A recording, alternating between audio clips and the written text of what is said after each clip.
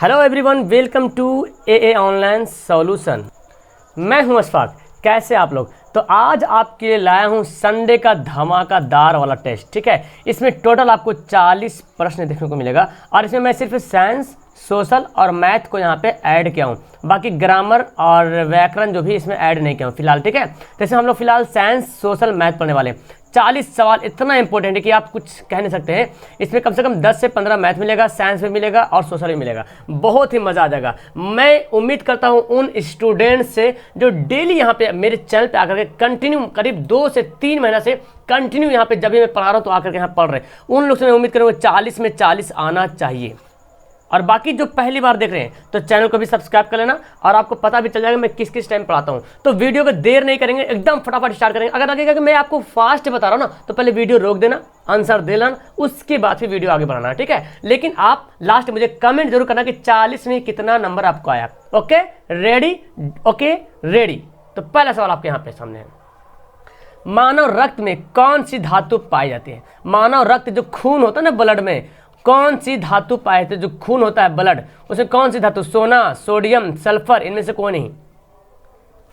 Okay, तो इसका answer क्या होगा? इसका आंसर होगा ऑप्शन नंबर डी, इनमें से कोई नहीं। क्योंकि मैं आपको बता दूं रक्त में पाया जाता है लोहा। क्या पाया जाता है? लोहा। आपको पता है हीमोग्लोबिन की मात्रा के कारण कि जो है रक्त का रंग जो है लाल होता है और एक धातु है लोहा, इसीलिए रक्त में कौन सी धातु पाई जाती है? लोहा पाए थे। उम्मीद है कि ये ऑप्शन आपका ये आंसर सही होगा। ओके, अगला सवाल देखो। सेकंड सवाल है, निम्नलिखित में कौन सा यंत्र का उपयोग गैसों का दाब मापने में किया जाता है? कौन सा यंत्र है, कौन सा मशीन है जिसका उपयोग जो है गैसों का दाब मापने में किया जाता है? बहुत होशियार है, इसका आंसर दीजिएगा बैरोमीटर, मैनोमीटर, स्फिग्मोमैनोमीटर या इनमें से कोई नहीं। तो कौन सा यंत्र है जिसका उपयोग गैसों को मापने में किया जाता है? तो गैसों को मापने के लिए, गैस के मापने के लिए किया जाता है,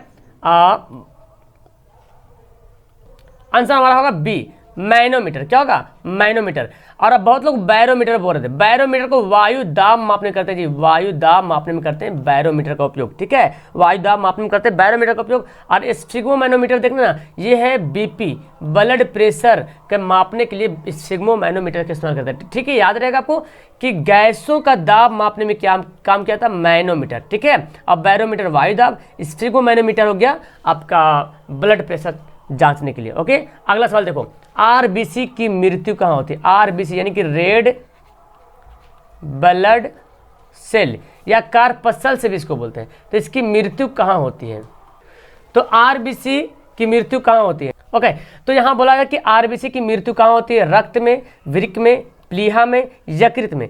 तो रेड ब्लड सेल, तो इसका मृत्यु कहाँ होता है? तो इसका आंसर होगा ऑप्शन हमारा सी, प्लीहा में। इसको इंग्लिश में बोलते हैं स्प्लीन। क्या बोलते हैं? स्प्लीन बोला जाता है, स्प्लीन, प्लीहा, जिसको कब्रगाह भी बोलते हैं। कब्रगाह, सॉरी रक्तगाह बोले या तो फिर बोलते हैं आरबीसी का कब्रगाह बोल सकते हैं। आरबीसी का कब्रगाह, क्योंकि यही इसकी मृत्यु होती है। और आरबीसी का निर्माण होता है अस्थि मज्जा में। कहाँ होता है? अस्थि मज्जा में, यानी कि बोन मैरो में। ठीक है, बोन मैरो में। क्लियर है? अगला सवाल देखो, कौन सा अभिलक्षण वंशगत नहीं है? मतलब कि इनमें से कौन लक्षण है ऑप्शन में जो वंश से चलते नहीं आता, यानी कि बाप के बाद बेटा के पास नहीं आएगा, है ना, माँ से उसका बेटी के पास नहीं आएगा, या दादा का बेटा पोता में नहीं जाएगा। ये कौन सा है लक्षण जो नहीं आएगा? तो देखो, आंखों का रंग जो होता है ना, ये आता है। किसी का दादा का रंग, आंख का रंग अगर नीला होगा ना, या तो बिल्ली कलर का होगा, तो उसका पोता में भी दिखेगा, बेटा में भी दिखेगा, कुछ ना कुछ तो जरूर किसी में दिख जाता है। ठीक है, चमड़ी का रंग भी दिखता है। कोई अगर बाप काला है तो बेटा भी अधिकतर काले ही दिखता है। ठीक है, शरीर का आकार भी देखने को मिलता है जी। ठीक है, शरीर का आकार बोले तो जैसे अगर बाप अगर मोटा काटा है तो लगभग दिखता है, अगर पतला सोता है तो बेटा भी इस तरह से दिखता है। लेकिन बाल की प्रकृति नहीं दिखता है। मैंने देखा है कि बाप का बाल पूरा ब्लैक है और एक बेटा उससे जन्म हुआ जिसका बाल जो है वाइट है। ये मैंने अपनी आंखों से देखा है। तो ये इसका आंसर क्या होगा? ऑप्शन हमारा डी राइट हो जाएगा। ओके, अगला सवाल देखो, समजात अंगों का उदाहरण है। समजात अंगों का उदाहरण कौन है?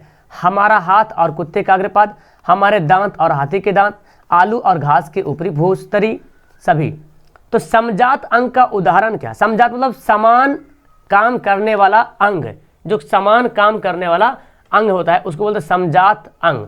ठीक है। तो यहाँ पे 5 का आंसर होगा ऑप्शन हमारा ये, हमारा हाथ जो है ना, और कुत्ते का जो अग्रपाद यानी कि कुत्ते का जो आगे वाला पाद होता है, जो अगला जो हाथ होता है वो हमारे हाथ की तरह काम करता है। जिस तरह से हम अपने हाथ से खाते हैं ना, तब पकड़ते हैं ना, तब कुत्ते भी अपने आगे वाला जो हाथ होता है ना उससे पकड़ता है। आप देखोगे कहीं बाहर में कुत्ते को खाते हुए तो इस तरह से दिखेगा आपको, कुत्ता अपने हाथों से पकड़ के खा रहा होता है, ठीक है। तो आंसर क्या होगा, इसका आंसर ये होगा। उम्मीद करता हूँ कि 5 में तो क्लियर 5 आंसर आगे होगा। अब देखो लो, यहाँ पे बीच बीच में आपको मैं दिया हूँ ताकि आगे पीछे हो, कभी मैथ, कभी साइंस, कभी social. X square plus B X plus C के मूल समान हो तो निम्नलिखित में कौन सा सत्य होगा। अब देखो समान मूल्य के लिए आपको पता है कि बी स्क्वायर माइनस 4ac बराबर क्या होता है, 0, है ना। इसको हम लोग इतना कि हम लोग डी भी बोलते हैं, डी बराबर 0। तो अगर डी बराबर 0 हुआ तो मूल क्या है, समान होगा। लेकिन अगर डी 0 से बड़ा हो गया तो मूल हो गया असमान, क्या हो जाएगा, असमान। और अगर डी छोटा हो जाएगा तो इसको बोलते हैं इसको बोलते क्या, अभी इसको बोलते हैं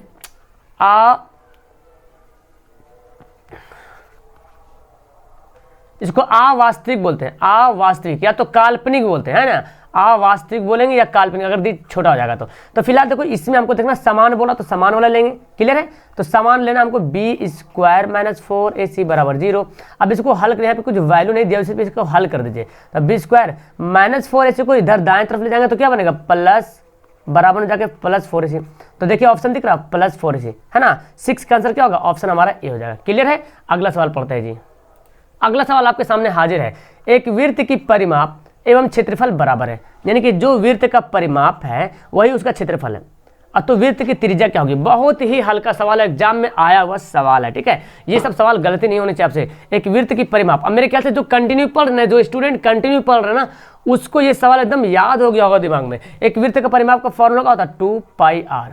और क्षेत्रफल का फॉर्मूला क्या होता है, πr²। तो पाई से पाई गया, ठीक है ना। एक यहाँ पे देखो 2r है, यहाँ पे r स्क्वायर मतलब r कितना बार है, 2 बार है। तो एक r ये भी गया, तो r बराबर कितना हो गया, 2। लीजिए आंसर कितना हो गया, 7 का। हमारा आंसर ऑप्शन नंबर ए जो हो गया एकदम करेक्ट आंसर हो गया, क्लियर है। अगला सवाल देखो यहाँ पे बोला जा रहा है 2 3 4 5 6 7 8 से माध्यिका होंगे, मतलब इसकी माध्यिका आपको निकालना। माध्यिका क्या होगा, माध्यिका आपको पता हो कैसे निकालते हैं। जैसे देखो सवाल यहाँ पे दिया हुआ है, फिलहाल मैं इसका आंसर बता दूं, 2 3 4 5 6 और 8। तो जब भी इस तरह का पहले गिनेंगे 1 2 3 4 5 6, उसके बाद देखेंगे इसको या तो आरोही में या तो अवरोही क्रम में अरेंज करना है। तो ये तो ऑलरेडी आरोही क्रम में अरेंज होया हुआ है, यानी कि असेंडिंग ऑर्डर में अरेंज होया हुआ है। अगर नहीं रहता तो हमको अरेंज करना पड़ता, ठीक है। अब देखेंगे इसमें कौन 1 2 3 4 5 सम संख्या है। जब सम संख्या हो ना तो ये 2 इधर से हटा लो, साइड कर दो, इधर से साइड कर दो, बीच में 2 छोड़ देना है, बाकी दोनों तो बराबर बराबर जो है बांट देना है। तो बीच में जो बचेगा ना 4 + 5 को जोड़ दीजिएगा और 2 से डिवाइड कर दीजिएगा, कितना जाएगा 9/2, 4.5 आया कि नहीं, 4.5। क्या आंसर हमारा सी हो गया। लेकिन कभी कभी आपको सवाल ऐसे भी देता है 2 3 4 5 6 ऐसे दे देगा, ठीक है। ये बोलेगा अब इसका बोला माध्यिका, तो ये विषम संख्या 1 2 3 4 5, तो 2 इधर से गया 2 इधर से गया, जो बीच में बचेगा वही बनेगा हमारा माध्यिका। ओके, अगला सवाल है एक्स अक्ष के निर्देशांक। किसको नहीं पता होगा, जो पढ़ रहे हैं कंटिन्यू यहाँ पे पढ़ रहे सबको पता हो कि एक्स अक्ष का निर्देशांक क्या होता है। मैं लास्ट टाइम सबको बताऊंगा मेरा ऑनलाइन क्लास का टाइमिंग क्या है, ठीक है, जो पहली बार आ रहे हैं। एक्स अक्ष का निर्देशांक क्या है, तो एक्स अक्ष का निर्देशांक होता है x और 0। क्या होगा, x और 0। अगर यहीं पे एक्स अक्ष जहाँ पे y अक्ष बोलता तो y मतलब जैसे एक्स अक्ष बोल रहा ना, तो x से पता है x कितना है, x है, और y पता ही नहीं तो y 0 ले लिया। लेकिन अगर y अक्ष बोलता तो 0 और y। बहुत ही इंपॉर्टेंट सवाल है जी, और बहुत से स्टूडेंट गड़बड़ भी करते हैं इसमें, ठीक है। और ये 0 0 क्या है, इसको बोलते हैं मूल बिंदु। क्या बोलते हैं, इसको बोलते हैं मूल बिंदु, क्लियर है। अगला सवाल लो भाई, इतना बड़ा अच्छा सवाल आ गया। 2 sin 58 बाई ये डिग्री है ना, बाई cos 32 डिग्री, ठीक है। तो 2 sin 58 डिग्री बटा cos 32 डिग्री का वैल्यू क्या होगा।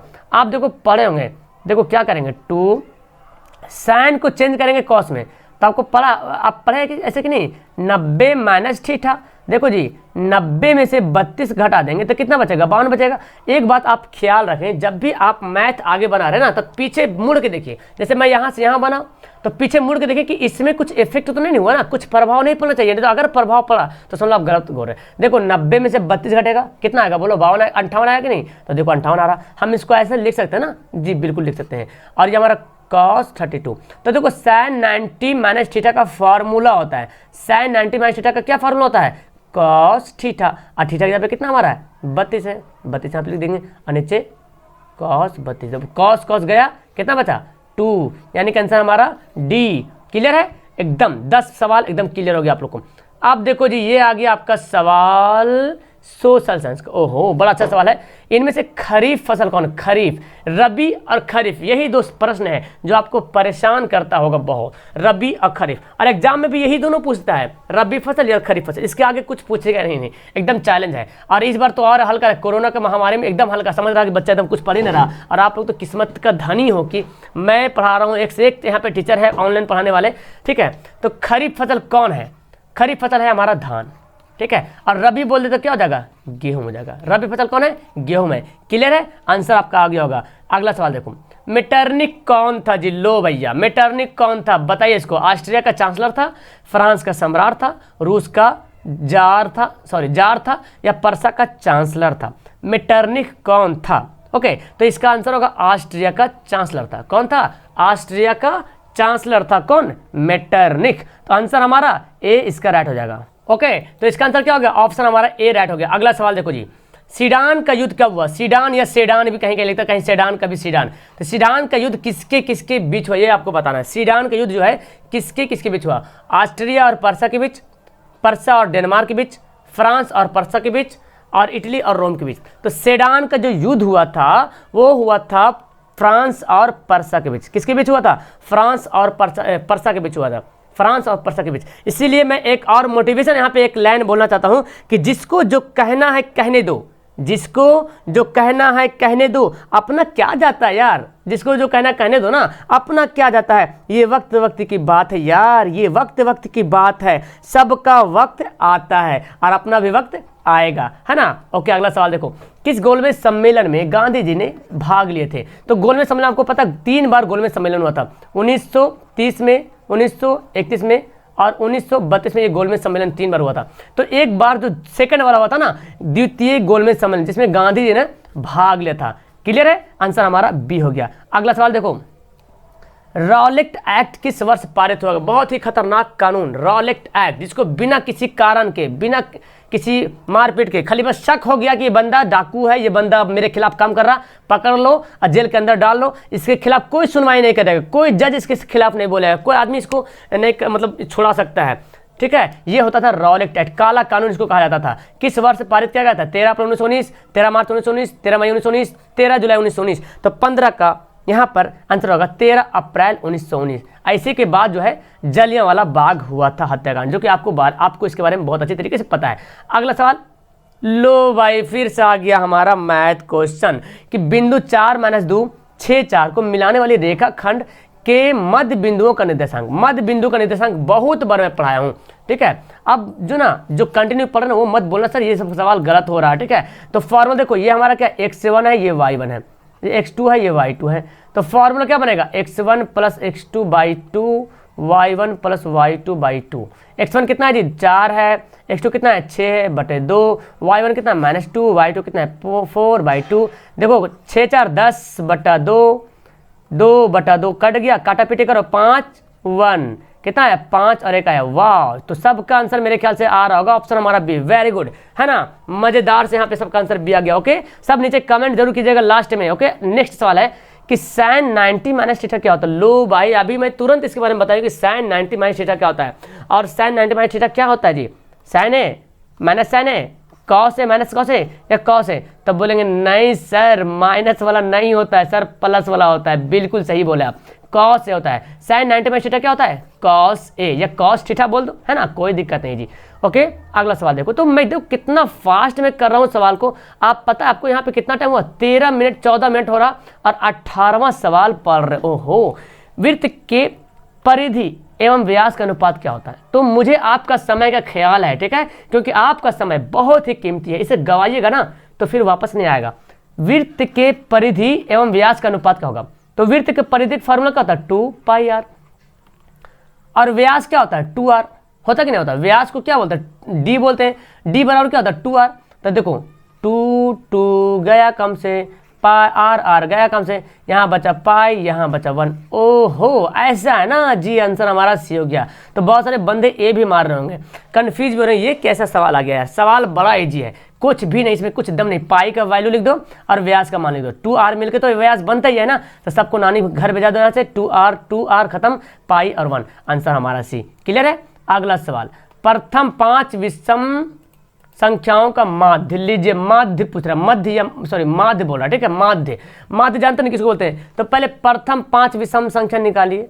तो प्रथम 5 विषम संख्या कौन होगा? 1 होगा, 3 होगा, 5 होगा, 7 होगा और 9 होगा। यही तो है प्रथम 5 विषम संख्या। प्रथम बोले तो शुरू से, इसका माध्य निकालने बोला। तो जब भी माध्य निकालने बोला तो सबको क्या कीजिएगा? जोड़ दीजिएगा। सबको जोड़ दीजिए, पैसा थोड़ी लगेगा। और कितना संख्या है? 1 2 3 4 बोल तो रहा 5, तो जितना संख्या उतना से भाग कर देंगे। जोड़िए, 9 1 10, 7 3 10 और 10 तो 10 इधर से, इधर से 10 10 20 और 5 25 और नीचे बटे में 5 5 5 किसको नहीं आता है? 5। ये सवाल कौन गलती कर सकता है? हमको तो नहीं उम्मीद है कि आप लोग से गलती होगा। आंसर हमारा सी। अगला सवाल है कि किसी बाह्य बिंदु से वृत्त पर अधिकतम कितनी स्पर्श रेखाएं खींची जा सकती है? किसी बाह्य बिंदु से, बाहरी बिंदु से वृत्त पर अधिकतम कितनी स्पर्श रेखाएं खींची जा सकती है? तो एक बिंदु मान लिया, मैं यहाँ पे मान लिया एक बिंदु है, ठीक है। इस बिंदु से कितना स्पर्श रेखा खींच सकते हैं? इस बिंदु से, तो इस बिंदु से एक इधर खींच सकते हैं और एक इधर खींच सकते हैं ना। यही ना है कि किसी बाह्य बिंदु से, तो बाहर एक बिंदु ले लिया, उस बिंदु से इस वृत्त पर कितना स्पर्श रेखा खींच सकते हैं? ज़्यादा ज़्यादा 2 ही खींच सकते हैं। 3 कैसे खींचेगा? 3 की आर पार हो जाएगा। तो आर पार नहीं करना हमको, स्पर्श रेखा खींचना इधर से इधर, ठीक है।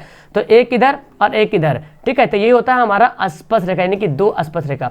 और आपको एक और नसीहत आमेज बात बता दूं जी, कि ये लाइन और ये लाइन दोनों स्पर्श रेखाएं आपस में क्या होगी? बराबर होगी। ओके, अगला सवाल देखो जी। लो भाई, आपका फिर साइंस सवाल आ गया, बहुत खूब। -CHO अभिक्रिया मूलक को क्या कहते हैं? -CHO अभिक्रिया मूलक को क्या कहते हैं? तो ये माइनस बोलो या डैश बोलो, ठीक है। तो ये है आपका जो दिया हुआ, ये एल्डिहाइड समूह का, एल्डिहाइड ग्रुप का है, ठीक है। एल्डिहाइड, तो इसका आंसर क्या होगा? एल्डिहाइड होगा। ओके, और एल्कोहल का OH होता है, ठीक है। मेथेनॉल में देखिएगा OH लगा रहेगा, ठीक है। तो आंसर हमारा क्या होगा? ए हो गया इसका करेक्ट आंसर। अगला सवाल देखो जी, लीजिए भाई, फिर से एक ही सवाल आ गया। और एक सवाल है, दूसरा सवाल है ये कि -COOH अभिक्रियाशील मूलक से बने होते हैं। मैं यहाँ पे जितना सवाल दिया ना, सभी सवाल जो एग्जाम में आया हुआ सवाल है, और मैं उम्मीद करूंगा आपसे कि 40 में 40 नहीं बनेगा तो फिर मुझे बहुत अफसोस होगा। COOH अभिक्रियाशील मूलक से बने यौगिक का नाम क्या है? मेथेनोइक अम्ल, मेथेनॉल, मेथेनॉल और मेथेनॉल और इथाइन। तो देखो ये COOH है ना, ये अम्ल है। क्या है? ये अम्ल है, कार्बोक्सिल अम्ल का ग्रुप है, ये कार्बोक्सिल अम्ल समूह है। तो फिलहाल यहाँ पे अम्ल वाला कौन दिख रहा? मेथेनोइक अम्ल दिख रहा है। तो आंसर हमारा क्या हो जाएगा? ए हो जाएगा इसका एकदम करेक्ट आंसर। क्लियर है। अगला सवाल देखिए जी, सर्वश्रेष्ठ चालक का उदाहरण कौन है? एकदम बच्चा बच्चा नहीं बताएगा इसको, बोलो तो एकदम बच्चा बच्चा बताएगा कि सर्वश्रेष्ठ चालक कौन है। सर्वश्रेष्ठ चालक कौन है? तो हर कोई बोलेगा सर चांदी है ना सर्वश्रेष्ठ चालक है, सबसे जल्दी विद्युत धारा इसमें प्रवाहित होता है, बिजली जो है ना सबसे ज़्यादा चांदी में प्रवाहित होता है। लेकिन पता है पहले ज़माना में चांदी का इस्तेमाल करते थे, लेकिन इतना बेईमानी बढ़ गया तब तांबा का इस्तेमाल करने लगा। जो आपके घर में मोहल्ला में जो लगा होता है ना, ये वाला पॉल खड़ा होता है ना, पॉल, और इसमें जो ये गया होता है, इसमें जो वायर गया रहता है ऐसे, तो ये वायर था ना, ये वायर वाला पहले चांदी हुआ करता था, ईमानदार लोग था ना। लेकिन उसके बाद देखा ये ईमानदार सब चांदी वाले खरीद रहा है, मतलब ले चोरी कर रहा, तो तांबा लगाया। तांबा में भी जो ना सब लोग एकदम क्या बोलते हैं, एकदम बेसब्र हो गया, एकदम बेसब्री वाला आलम, एकदम चोरी पे उतर गए। तो लास्ट में बोला लोन यार एल्युमिनियम लगाता है, इसमें तुम चोरी करेगा तो कोई फायदा नहीं होगा, तुम बेच लो चाहे जो लो जो कर लो, कोई फायदा नहीं होगा। कितना बेचेगा, कितना फायदा होगा एल्युमिनियम का। चलो तो यही चलता अभी है ना। ओके, अगला सवाल देखो, जीवमंडल में ऊर्जा का एकमात्र स्रोत क्या है? जीवमंडल मतलब जिस मंडल पर जीवन संभव है, ऊर्जा का सिर्फ एकमात्र कौन है? तो अणु है, सूर्य का प्रकाश है, रासायनिक ऊर्जा है, विद्युत है? नहीं जी, सूर्य का प्रकाश। आंसर हमारा क्या हो गया? बी हो गया। अगला सवाल देखो, हीरा का पूर्णांक कितना होता है? बहुत ही अच्छा सवाल। और हीरा दुनिया का सबसे कठोर पदार्थ है, ठीक है। हीरा जो कि कार्बन का एक अपरूप भी इसको कहा जाता है। तो अपवर्तन होता है हीरा का कितना? तो 4.2, 0.42, 2.42, 2.04। तो 25 का आंसर क्या होगा जी? आंसर हमारा सी होगा 2.42, है ना। 2.42 हीरा का अपवर्तनांक होता है। ये सब सवाल आपको याद होना चाहिए। अगला सवाल, किसी घटनाओं की अच्छा बीच में फिर मैथ आ गया, चलो ठीक है कोई दिक्कत नहीं, मैथ का भी सामना कर लेंगे। किसी घटनाओं की प्रायिकताओं, जी देखो यहाँ मिस्टेक लिखा हो, प्रायिकताओं का योग क्या होता है? किसी भी घटना का प्रायिकता का अगर योग निकालना चाहेंगे तो उसका आंसर आएगा 1। कितना आएगा? 1। जैसे मान लो एक पासा है, एक हेड है और एक टेल, एक ही पासा, इसका एक साइड वाला हेड वाला, एक टेल वाला। अब बोलेंगे अगर एक पासा को उछाल दिया जाए तो हेड आने की क्या प्रायिकता है? तो हेड आ गया 1/2, एक बार हेड आएगा, चूंकि हेड आएगा या तो टेल आएगा, तो हेड आने की प्रायिकता 1/2। तो कोई जरूरी नहीं कि हेड ही आ जाएगा, टेल भी तो आ सकता है ना, तो 1/2। अब देखो कितना घटना, एक पासा को उछालेंगे तो कितना घटना घटेगा? 2 घटना घटेगा, एक हेड एक टेल, तो दोनों को प्रायिकता निकाल लिए। बोला किसी घटनाओं की प्रायिकताओं का योग, तो एक ये घटना एक घटना, जितना घटना रहेगा, जिस या तो डैश रहे या पासा रहे, या तो इससे अच्छा हम सिक्का लेते, सॉरी ये सिक्का ही वाला था हेड टेल जी, पासा तो खैर दूसरा हो गया, सिक्का वाला था ये हेड टेल। तो सिक्का में तो 2 ही घटना घटेगा, तो जो भी बना लो, जैसे पासा बनाओगे ज़्यादा लॉन्ग हो जाएगा, इसीलिए मैं सोचा इसको बनाता हूँ। तो देखो एक घटना यहाँ घटेगा, एक घटना यहाँ घटेगा, तो एलसीएम करो तो 1 + 1 कितना गया? 2/2 कितना गया? 1 आ गया, है ना। अगर आप पासा लेगो तो 1/6 आ सकता है, 2/6 आ सकता है, 3/6 आ सकता है, सॉरी 1/6, जैसे कि 1 आने की क्या प्रायिकता? 1/6, 2 आने की क्या प्रायिकता? 1/6, 3 आने की क्या प्रायिकता? 1/6, 4 आने की क्या प्रायिकता? 1/6, 5 आने की क्या प्रायिकता? 1/6, 6 आने की क्या प्रायिकता? 1/6। तो एक ही घटना, एक घटना 1 में घटेगा, एक घटना 2 में, एक घटना 3 में, एक घटना 4 में, एक घटना 5 में, एक घटना 6। अब इसको जोड़िएगा तो कितना आएगा? 1 नहीं आएगा? बोलो तो आएगा कि नहीं आएगा? बिल्कुल हमारा आंसर 1 है। अगला सवाल देखो, त्रिभुज ABC में AC² बराबर AB² + BC², ये भैया कौन सा है? आपको याद आ रहा कुछ? पाइथागोरस महादेव याद आ रहा कि नहीं आ रहा? बिल्कुल आ रहा। ये दिए थे कि कोई एक त्रिभुज अगर है और उस पर एक 90 डिग्री त्रिभुज है, समकोण त्रिभुज है, तो इसके सामने वाला जो भुजा होगा ना, ये इसका जो स्क्वायर होगा, AC का स्क्वायर होगा, ये AB का स्क्वायर और ये BC का स्क्वायर के जोड़ के बराबर होगा। कौन होगा? ये होगा। तो ये कैसा कौन रहेगा? समकोण रहेगा। और यहाँ पे अब देखो यही तो है ना AC, बड़ा वाला दिख रहा है AC, AB इधर है, तो ये कौन है? बी यहाँ पे हो गया, बी 90 डिग्री, कितना डिग्री है? 90 डिग्री, आंसर हमारा डी। ओके, अगला सवाल, बहुत ही तेजी से हम लोग सवाल बढ़ रहा है कि बिंदु 4-2 और 4-6-4 को मिलाने वाले रेखाखंड के मध्य बिंदु को लीजिए। भाई फिर से मध्य बिंदु का निर्देश आ गया, तो आप इसमें कोई गलती नहीं करेंगे। x1 + x2/2, y1 + y2/2। x1 कितना है? देखो 4 है, 4। अच्छा सेम सवाल है जी, ओहो ये सेम सवाल आ गया, चलो कोई बात नहीं, चलो बना लेते हैं। तो कितना आ गया? 10 आधा करेंगे 2, यहाँ पे आधा करेंगे कितना है? 1। लो जी ये सेम सवाल आपका आ गया, चलो कोई बात नहीं, 1 नंबर आपको प्लस में हो गया। ठीक है, अगला सवाल देखो, किसी आंकड़े के अधिकतम मान एवं न्यूनतम मान के अंतर को क्या कहते हैं? कोई आंकड़ा दिया हुआ है 1, 2, 5, 20 है ना, 29 दिया हुआ है। अधिकतम मान और न्यूनतम मान के अंतर को, अधिकतम मान कितना है? 29 है, न्यूनतम मान कितना है? 1 है, घटा दीजिए अंतर। और ये जो अंतर है ना, इसको बोलते हैं परिसर। क्या बोलते हैं इसको? परिसर। याद रखिएगा, सवाल जब दिया रहेगा अब बोलेगा परिसर निकालने के लिए, तो सबसे बड़ा वाला को सबसे छोटा वाला से क्या कीजिएगा? घटा दीजिएगा, सबसे छोटा वाला को घटाइएगा, ठीक है, बड़ा वाला से, तो आ जाएगा जो आंसर है वही हमारा परिसर होगा। अगला सवाल देखो जी, तो हम लोग देखो अब तो 40 पहुंचने वाले हैं। द्विघात बहुपद के शून्यक कौन है? वैसे बताइए जरा, द्विघात बहुपद के शून्यक कौन है? तो इसको कैसे बनाइएगा? x से स्क्वायर हो जाएगा ना, गुना करेंगे तो x², और x को 2 से करेंगे तो क्या होगा? 2x = 0। तो x² बराबर क्या होगा? 2x, इधर चल जाएगा, माइनस इधर जाकर क्या बनेगा? प्लस बनेगा। अच्छा ये तो 2x आ गया, तो अब करो यहाँ पे क्या करो? काटो एक एक ठो, है ना, एक एक ठो कट जाएगा। तो ऑप्शन भी यहाँ पे नहीं दिया है, यहाँ पे ऑप्शन भी नहीं दिया है, इनमें से कोई नहीं, शून्य यहाँ पे निकलेगा, तो इनमें से कोई नहीं निकलेगा।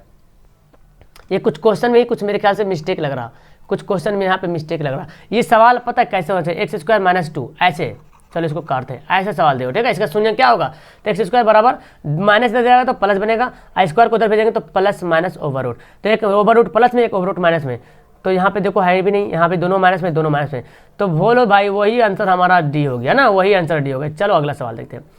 Tata iron and steel company की स्थापना कब हुई थी? बहुत अच्छा सवाल है जी। Tata iron and steel company की स्थापना कब हुई थी? 1905 में, 6 में, 7 में, 8 में, 9 में। तो 31 नंबर सवाल का आंसर होगा 1907 में Tata iron and steel company की स्थापना हुई थी 1907 में, टाटा में। और टाटा कहाँ है? झारखंड में है जी, आंसर हमारा सी। अगला सवाल, बिहार का सबसे बड़ा नगर कौन है?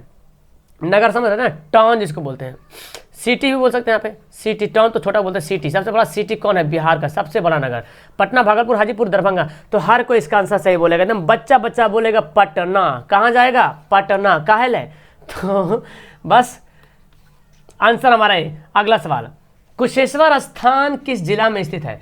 कुशेश्वर स्थान जो है किस जिला में स्थित है? वैशाली में, बेगूसराय में, भागलपुर में, दरभंगा में। बहुत इंपॉर्टेंट सवाल है ये, ठीक है। कुशेश्वर स्थान, तो ये बिहार के जगह का नाम है जी, ठीक है। तो कुशेश्वर स्थान जो है स्थित है वो है दरभंगा में। कहाँ है जी? दरभंगा। यहाँ पे राइट आंसर होगा 33 का आंसर क्या होगा? ऑप्शन हमारा डी होगा, भागलपुर नहीं बल्कि दरभंगा होगा। ओके, तो इसका आंसर क्या होगा? डी हो गया इसका राइट आंसर। अगला सवाल देखो, हीराकुंड बांध क्या? लीजिए, भारत का सबसे बड़ा बांध हीराकुंड बांध, ठीक है। कर्नाटक में, तमिलनाडु में, बिहार में, उड़ीसा में। तो हीराकुंड बांध कहाँ है जी? तो 34 नंबर सवाल का आंसर होगा उड़ीसा में। कहाँ है जी? उड़ीसा में है, ठीक है। हीराकुंड बांध कहाँ है? उड़ीसा में, याद रहेगा ना। अगला सवाल देखो, अमोनियम एल्यूमिनियम है जी, एल्यूमिनियम बनाने में किस खनिज का उपयोग होता है? एल्यूमिनियम जानते हैं ना, अभी तो पढ़ाया था मैंने। एल्यूमिनियम बनाने में किस खनिज का उपयोग करते हैं? टिन, बॉक्साइट, मैग्नीज, लौह अयस्क। तो एल्यूमिनियम का अयस्क का इस्तेमाल करना, खनिज बोले तो अयस्क। तो एल्यूमिनियम बनाने में किस खनिज का उपयोग करते हैं? बॉक्साइट का। एल्यूमिनियम का आपको पता, बॉक्साइट, करायोलाइट, कोरंडम, ये सब है एल्यूमिनियम का अयस्क है, ठीक है। क्लियर है? आंसर हमारा बी हो गया राइट। अब देखो हम लोग 40 के एकदम करीब पहुंचने वाले हैं जी, कि दंत विशेषज्ञ, जो दांत वाला जो डॉक्टर होता है, विशेषज्ञ मतलब क्या? दांत वाला जो स्पेशलिस्ट डॉक्टर होता है, किस दर्पण का उपयोग मरीजों के दांत को बड़ा देखने में करते हैं? आप दांत वाला डॉक्टर के यहाँ जाइएगा ना, तो एक उसके पास रहेगा, मतलब आईना रहेगा या तो कुछ देखेगा आपको लगा करके, तो वो जो एक दर्पण देखता है, दर्पण में आपको दांत देखेगा। तो दांत जो देखेगा तो दांत बड़ा दिखना चाहिए ना, क्योंकि दांत छोटा छोटा है, अब उसके अंदर के पूरे देखना है, पूरा चीज़ देखना है, क्या प्रॉब्लम है बड़ा बड़ा, तो उसके लिए किसका उपयोग करेगा? अवतल दर्पण का उपयोग करेंगे। क्लियर है? 36 का आंसर क्या होगा? बी। एकदम इजी सवाल है यहाँ पे। और उत्तल दर्पण वाला भी सवाल आता है कि गाड़ी के साइड मिरर में इस्तेमाल करते हैं उत्तल दर्पण का। क्लियर है? अगला सवाल, किसका मात्रक विद्युत विभवांतर ऐसा मात्रक क्या है? इनमें से कौन विद्युत विभवांतर का मात्रक है? तो वोल्ट है, ओम है, वोल्ट प्रति कूलम है, एम्पियर है, ठीक है। तो विद्युत विभवांतर का एसआई मात्रक कौन है? और वो है जी बिल्कुल। तो इसका आंसर हमारा होगा ऑप्शन हमारा वोल्ट। क्या है? वोल्ट जो है विद्युत विभवांतर का मात्रक है। ओम क्या है?